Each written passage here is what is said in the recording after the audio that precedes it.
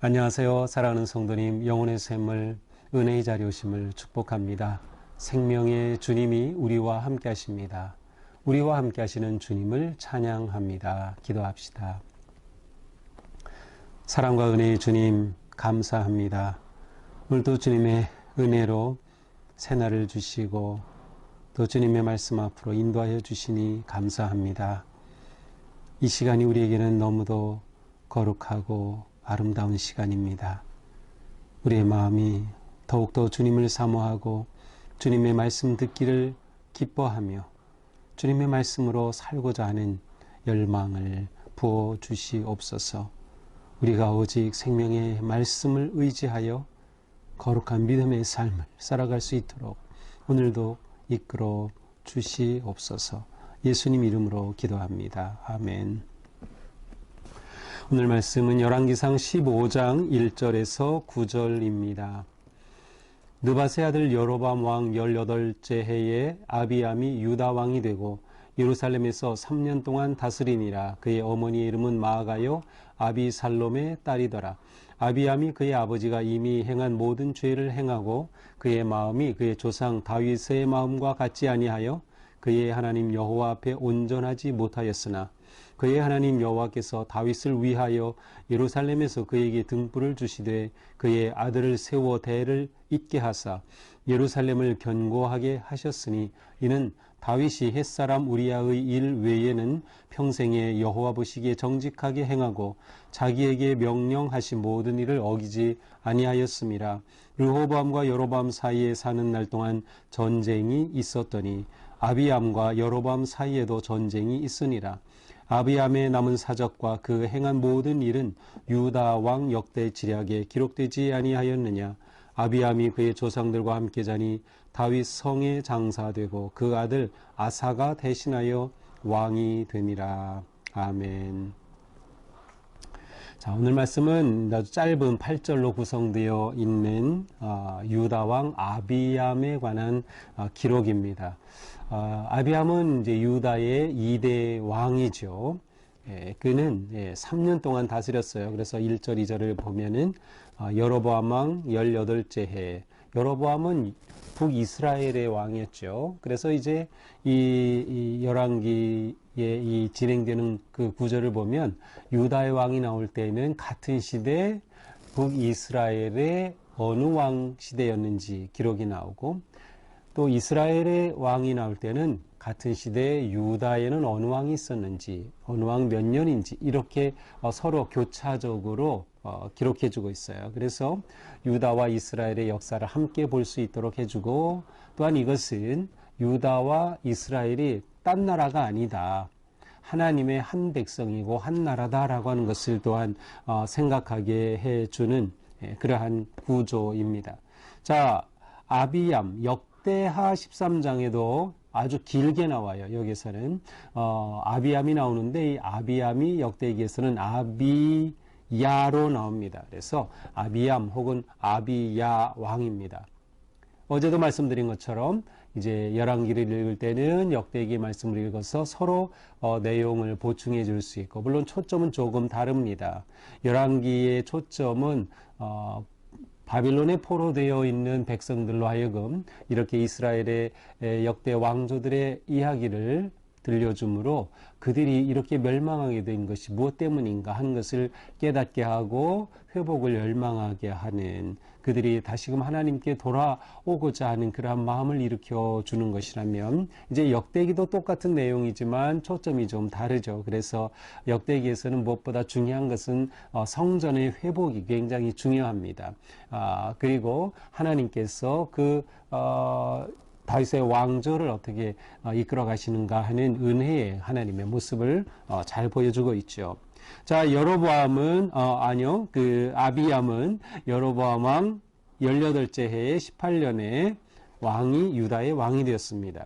근데 2절에 보니까 3년 동안 다스렸고요. 그의 어머니는 마아가고 아비살롬의 딸이다. 이 아비살롬은 압살롬인데요. 이 압살롬은 누구예요? 다윗의 아들로서 쿠데타를 일으켰던 정말 잘생겼고 힘이 있고 인기가 많고 대단했던 그러한 아들이죠. 그런데 쿠데타를 일으켜서 거의 성공했다가 실패한 그러한 아들이었어요. 바로 그의 딸이라고 되어 있는데, 이렇게 본다면 다윗의 손녀가 되는 셈인데, 이 시대적인 역사의 흐름으로 볼 때는 아마 아비살롬의 딸이라기보다는 손녀라고 보는 것이 더 좋을 거다, 이렇게 학자들은 보고 있어요. 자, 이 아비암 왕은 어떤 왕인가요? 3절에 보니까 아버지가 이미 행한 모든 죄를 행하였다. 아버지가 누구예요? 르호보암이죠. 자, 르호보암이 행했던 모든 죄를 똑같이 행했어요. 이 르호보암 왕은 어제 우리가 살펴봤지만 어떤 왕이에요? 그는 초기에는 아주 잘했어요. 특별히 초기 3년 동안은 굉장히 잘했지만, 그렇게 해서 국방이 세워지고 나라가 든든해지고 이렇게 안정을 가져오게 되자 그는 그때부터 무너지기 시작했어요. 그래서 우상들을 가져오고 우상 숭배를 허용하고 완전히 하나님을 배반했죠. 하나님께 등을 돌리고 말았죠. 그런데 그것을 그대로 따랐다는 겁니다. 이 아비함이 그대로 그 죄를 행하였어요. 따라서 그의 마음이 다윗의 마음과 같지 않았다는 거예요. 자, 다윗은 항상 이 역대기 또 이 열왕기에서 진정한 왕의 표준으로 제시되고 있습니다. 그리고 실제로 이스라엘의 왕조는 하나님이 다윗 왕조로 세워가시는 그러한 이 역사를 중심으로 이루어지고 있어요. 물론 이제 북이스라엘은 다윗 왕조에서 완전히 벗어났죠. 하지만 남유다를 통해서 계속. 그래서 다윗이 항상 표준이에요. 다윗을 따르나, 다윗의 길을 따르느냐, 다윗의 마음으로 통치하느냐, 이것이 항상 표준이에요. 그런데 여기서는 어떻게 됩니까? 다윗의 마음과 같지 않았던 겁니다. 그래서 이 아비암은 여호와 앞에 온전하지 못하였습니다. 온전하다라는 것은 화평한 관계를 맺는다라는 뜻이기도 하고 한마음이란 뜻이에요. 하나님과 한마음이 되지 못한 거예요. 한마음이 아니니까 하나님과 화평하지 못한 거죠. 바로 이것이 온 마음이 의미하는 거죠. 그러니까 아비암은 하나님과 한마음이 아니었어요. 그는 딴 마음을 품고 통치를 했던 것이죠. 4절 그의 하나님 여호와께서 다윗을 위하여 예루살렘에서 그에게 등불을 주시되, 자, 비록 아비암이 이렇게 하나님 앞에 온전하지 못했어요. 아비암은 하나님 앞에 나쁜 그러한 왕으로 평가되는 거예요. 그럼에도 불구하고 하나님께서는 다윗을 위해서 예루살렘에서 그에게 등불을 주시되 다윗의 후손을 계속 세워주신다는 거예요. 그의 아들을 세워 대를 잇게 하사 예루살렘을 견고하게 하셨다. 그러니까 아비암이 이렇게 악함에도 불구하고 그가 계속 왕위에 있고 또 그 자손이 계속 대를 이을 수 있는 것은 하나님께서 다윗과 약속하신 것을 이루어 주신 거예요. 그러므로 5절에서는 다윗을 간략히 소개하죠. 다윗이 햇사람 우리아의 일 외에는 뭐예요? 우리아의 아내 밧세바를 범하고 그것을 숨기기 위해 그의 남편 우리아를 전쟁터로 보내서 일부러 죽게 한 이러한 잘못, 그의 큰 일생의 죄죠. 바로 이것 외에는 하나님 보시기에 정직하게 행하였다. 또 하나님이 명하신 모든 일을 어기지 아니하였다. 물론 이러한 죄에 대해서도 다윗은 하나님 앞에 회개하고 또 그것에 대한 대가도 지불하여야 했고 그는 하나님 앞에 다시 세워졌어요. 이렇게 하나님 앞에 정직한 다윗의 길을 따르지 못했다라고 하는 것이죠. 이러한 아비암은 그가 통치하는 동안 특별히 르호보암과 여로보암 사이에 사는 날 동안 전쟁이 있었더니 7절에 아비암과 여로보암 사이에도 전쟁이 있었다. 자, 아비암과 여로보암 사이에도 전쟁이 있었다. 자, 북이스라엘의 일대왕 여로보암, 남유다의 일대왕 르호보암, 이름이 거의 비슷하죠. 이 여로보암, 르호보암이 계속 전쟁을 했어요. 전면전은 아니지만 계속 전쟁이 있었어요. 그런데 르호보암이 먼저 죽었죠. 북쪽은 여전히 여로보암이에요. 그래서 르호보암의 아들인 아비암이 왕이 된 후에 역시 북이스라엘 여로보암과 전쟁을 합니다. 그런데 이 전쟁은 아버지의 전쟁과는 완전히 달라요. 우리가 보고 있는 열왕기상 15장에서는 아주 한 절로 나왔죠. 아비암과 여로보암 사이에 전쟁이 있으니라. 아비암의 남은 사적과 행한 모든 일을 유대왕 역대지력에 기록되지 아니하였느냐. 딱 한 문장밖에는 나오지 않아요. 그런데 역대하에 가서 보면 역대하 13장 이하에 보면 이 전쟁 이야기가 제일 많이 들어있어요. 그래서 우리는 역대하를 통해서 어떤 전쟁이었는가를 볼 수 있게 되는 거죠. 자, 여로보암이 80만의 군대를 이끌었고 남쪽인이 아비암이 40만의 군대를 일으켜서 여로보암과 아비암이 전쟁을 하게 됩니다. 이 남북 전쟁이 일어난 겁니다. 우리나라의 북쪽에 북한과 남한의 어떤 6.25 전쟁과 같은 그러한 똑같은 일이 일어난 거예요. 자, 그런데 역대기에 보면 이 아비암이 전쟁을 할 때 이것이 하나님께서 기뻐하신 그러한 전쟁인 모습으로 그려주고 있어요. 그리고 아비암은 이 전쟁을 하면서 하나님께 기도하고 무엇보다 제사장을 세우고 예배를 회복하는 일에 굉장히 중점을 둔 모습을 볼 수 있어요. 왜냐하면 아비암이 전쟁을 일으켰을 때 그 전쟁의 당위성은 뭐냐? 가장 중요한 첫 번째는 남유다가 진짜 정통성을 지닌 국가다. 하나님의 나라다. 두 번째는 북계 여로보암이 완전히 이스라엘의 모든 예배를 다 망가뜨렸죠. 그래서 제사장도 제멋대로 사이비 제사장을 세웠고 레위인 다 해임하고 그래서 레위인들이 남쪽으로 다 내려와야 했고 그 다음에 하다못해 금송아지 2개를 만들어서 단과 베델에 세웠어요. 그리고 자기가 여로보암이 그 금송아지에게 분향까지 하는 거죠. 그러니까 이 아비암은 이러한 타락한 하나님을 배반한 북이스라엘을 심판한다라고 하는 것이 이 아비암과 여로보암의 전쟁에서의 중요한 명분이었어요. 이렇게 전쟁이 나가는 모습 가운데 제가 이제 역대하 13장에 가서 짧게 한 군데만 제가 볼게요. 이 아비암이 전쟁으로 나갈 때 이렇게 말합니다. 하나님이 우리와 함께 하사 우리의 머리가 되시고 그의 제사장들도 우리와 함께하여 전쟁의 나팔을 불어 너희를 공격하느니라. 이스라엘 자손들아 너희 조상들의 하나님 여호와와 싸우지 말라.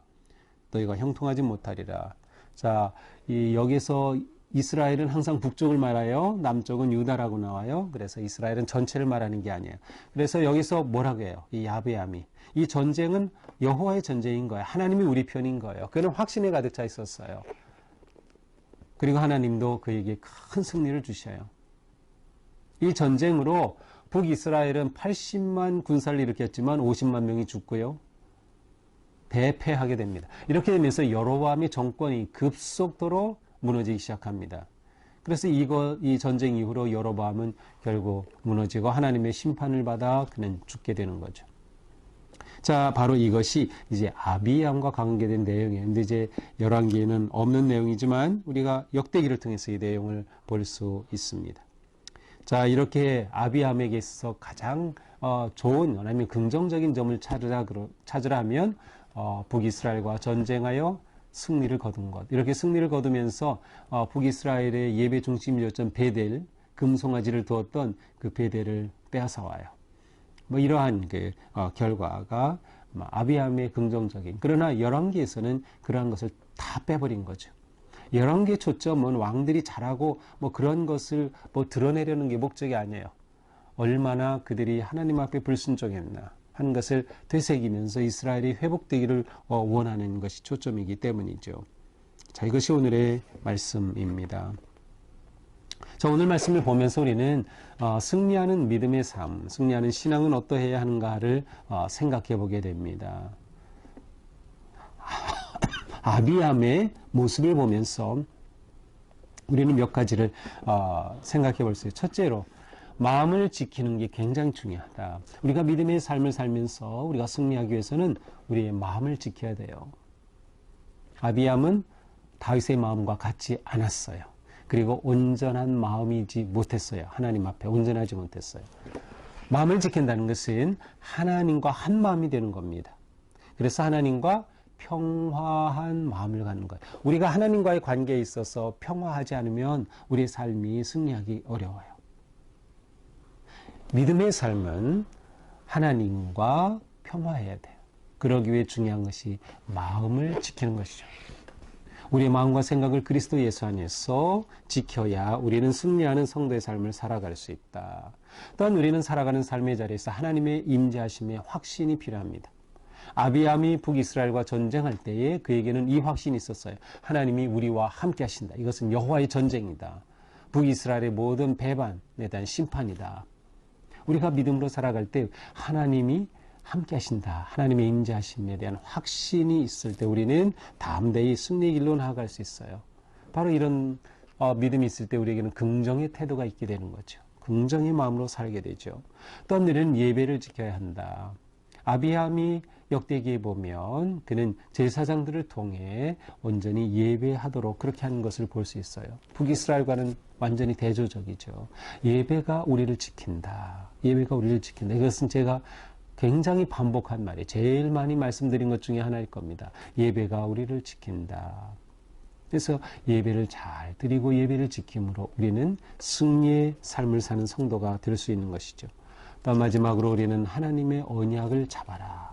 저 오늘 말씀에서 하나님은 아비암이 악함에도 불구하고 그의 왕위가 이어지게 했던 것은 다윗과 하나님 사이에 맺은 언약 때문이에요. 하나님이 다윗에게 내 자손이 다윗 왕조를 계속 이어가도록 하나님께서 말씀해 주셨기 때문에 하나님이 이루시는 거죠. 결국 우리는 하나님의 은혜로 산다라고 하는 것을 잊으면 안 됩니다. 아비암은 짧은 통치를 끝내고 죽습니다. 3년 통치하고 죽게 되죠. 그래서 그는 다윗성에 장사되고 이제 뒤를 이어 아사가 유다의 3대 왕으로 등극하게 됩니다. 그것이 이제 내일 본문이 되겠습니다. 오늘 말씀 생각하면서 오늘 하루 동안 살 때 우리 마음이 하나님의 마음과 한 마음이 되게 해야지 하는 그러한 마음으로 오늘 하루를 승리할 수 있기를 바랍니다. 기도합시다. 주님 감사합니다. 오늘도 말씀으로 저희들을 깨우쳐 주시고 새롭게 해 주시니 감사합니다. 저의 마음이 하나님의 마음과 하나가 되게 하여 주시옵소서. 온전한 마음 되게 하여 주셔서 우리가 믿음을 지키며 함께 하시는 하나님을 의지하며 담대하게 승리와 영광의 믿음의 삶 살아가도록 인도하여 주시옵소서. 예수님 이름으로 기도합니다. 아멘. 네, 오늘도 주님의 은혜 안에서 우리의 삶 거룩하고 아름답게 승리하기를 축복합니다. 사랑합니다.